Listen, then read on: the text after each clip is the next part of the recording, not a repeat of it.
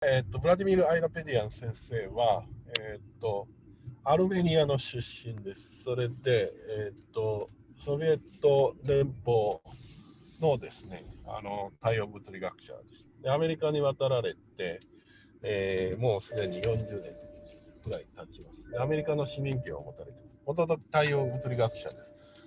ところがですね、2016年に、ちょうどですね、スーパーフレアが、若い、地球とですね、のですね、温室効果を促進したという論文をネイチャー・ジオサイエンスに発表されて、まあ、それで一気に有名になられました。今はですね、アストロバイオロジー。はい。Okay, so you can just start sharing your screen. Yeah, but the host, somebody should allow me to share the screen. Yeah, I think he has already allowed, but can you do it? Yeah, but I don't see it. I don't have this option. So yeah, I clicked on share and nothing happens. So, 木村さんもう一回できない？ちょっとやってみたんですけど、ダメ Okay, です。you're sharing the screen. Yes, okay. Yeah, okay.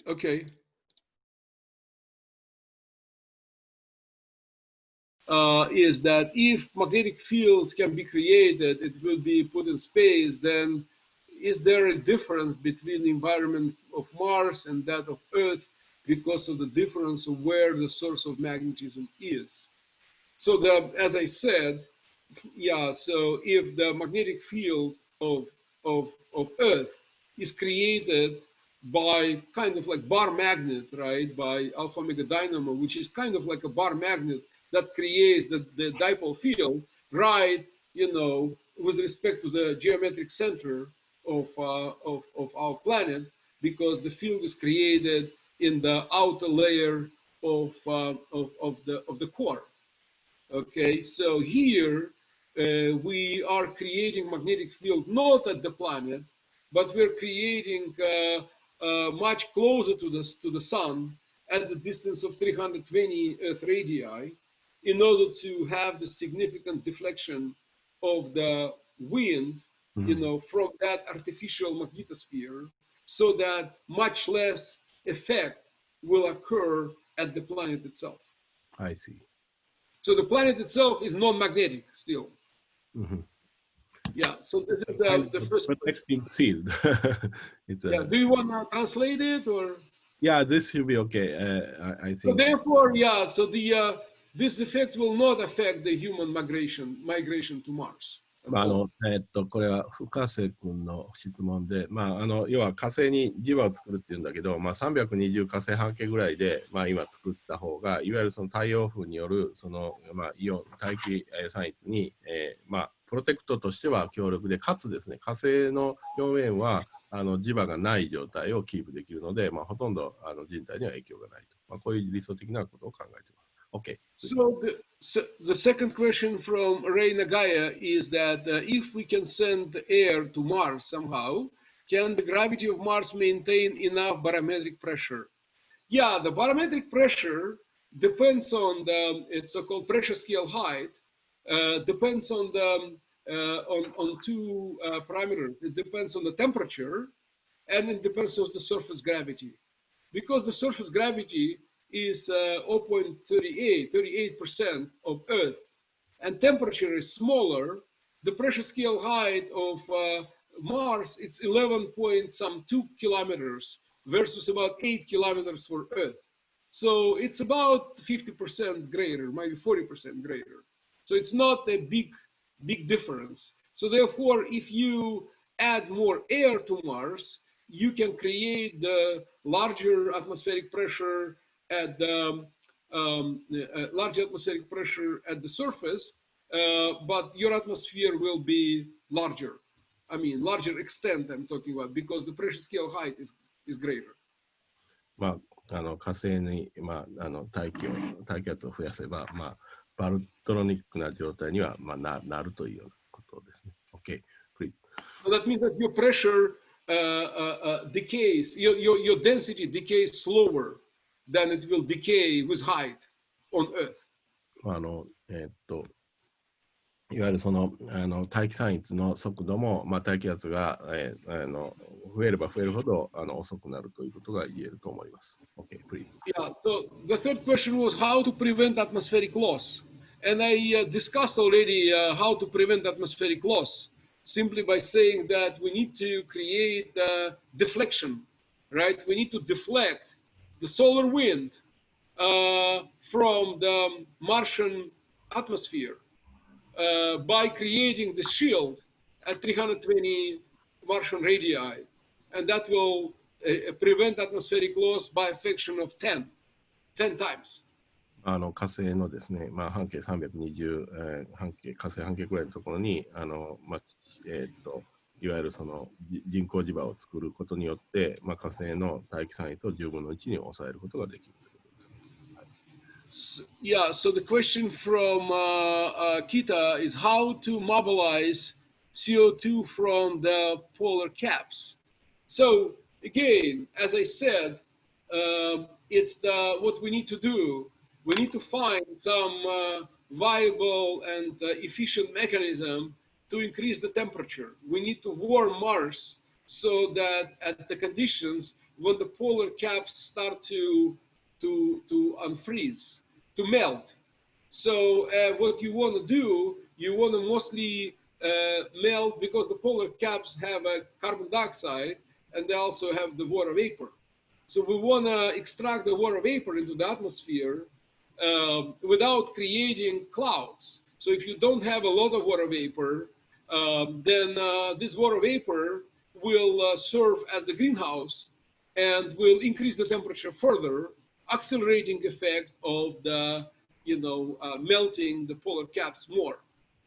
So that's how you basically, but that will also remove the CO2 together with the water vapor, because the polar caps is a mixture of CO2 and H2O. Next question is from Kawashima. Spreading dark dust from Martian moons, ammonia, methane. Yeah, so the idea is that, well, the dark dust from the Martian moon. Yeah, so that wasn't the question. That was a suggestion. Suggestion from Kawashima was that if we can spread somehow dark dust over the Martian moon, that way we can reduce the albedo and increase the temperature. That's, I understand that was the question. The point is that probably this Martian, the dust will be levitated in the space because it's very fine. It's fine dust.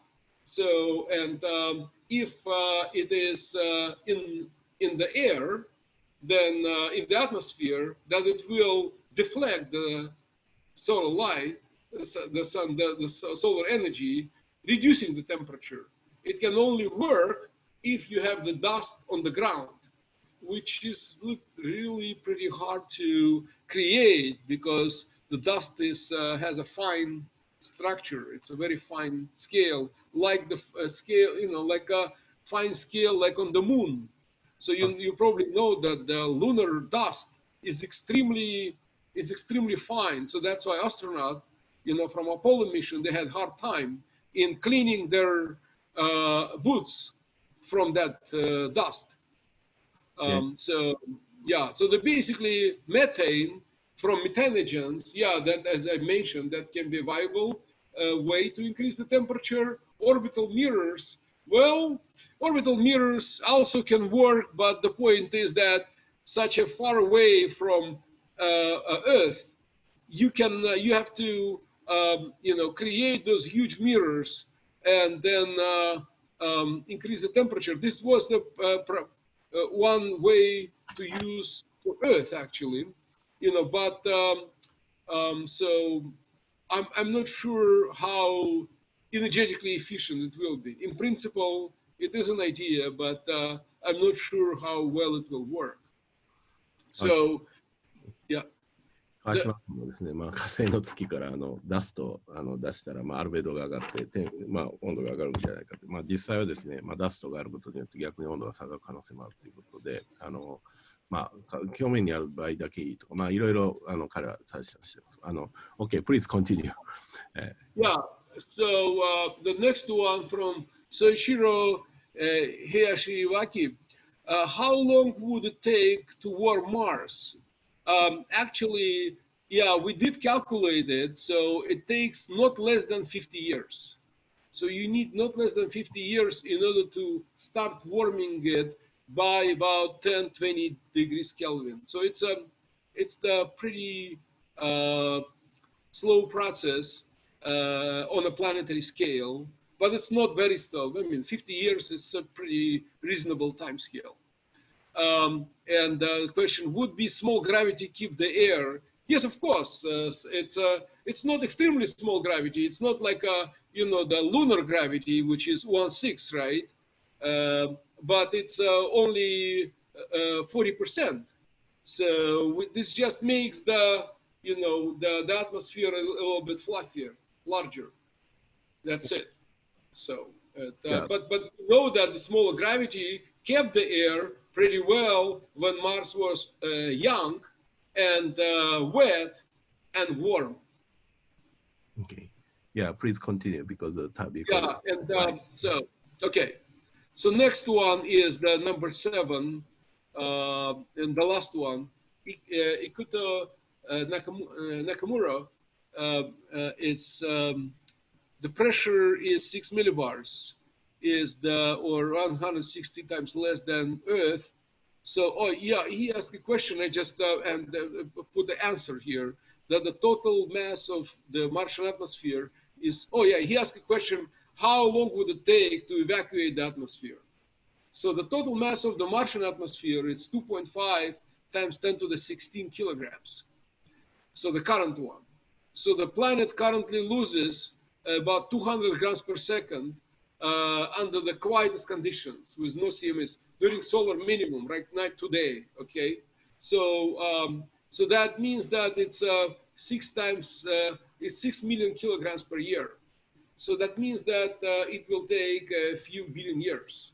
But even if, you have, to lose the whole atmosphere, even if you add some CMEs, that will reduce the number probably around 1 billion years. So. Yeah, sorry, thank you very much. And probably we should open the question for the audience right Sure. now. Yeah, somebody who want to make a question. Yeah, please raise your hand and start talk. Can you? Yeah, this is a time for open question. If somebody want to specifically asking for this presentation. I have one question. Yeah, please, John. With the With the